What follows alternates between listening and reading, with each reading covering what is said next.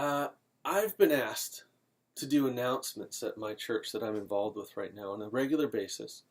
And I found that there was elements of announcements that I actually really get excited about, although initially I didn't like doing them.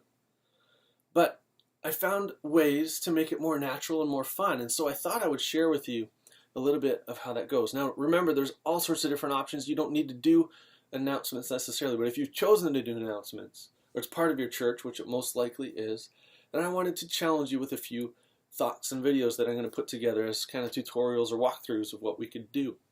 Now, the first question is behind me. Why? You have to determine why you're doing announcements. Why do they exist?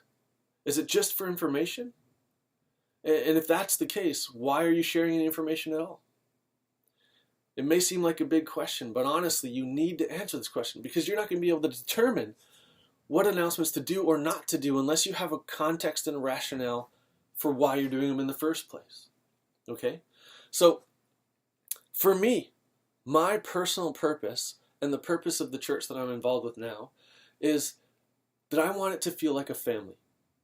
Okay, we're in this family, this church family, and the announcements exist not just for information, but because by announcing these things, I'm giving people in that family the opportunity to come and be more part of that family, to involve themselves, to engage deeper, to know that their family is here and here's how you can be a part of it.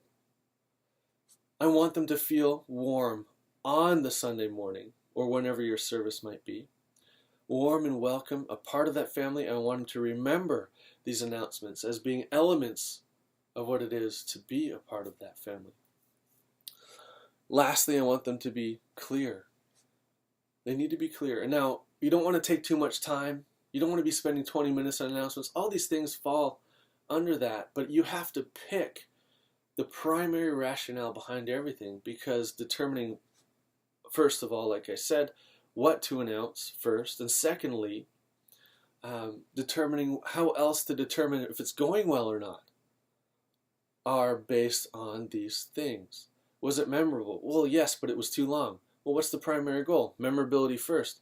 Okay, secondarily, length. So let's determine how to make it a bit shorter but not remove from its memorability.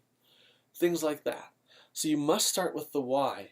Everything else comes together on top of that foundation.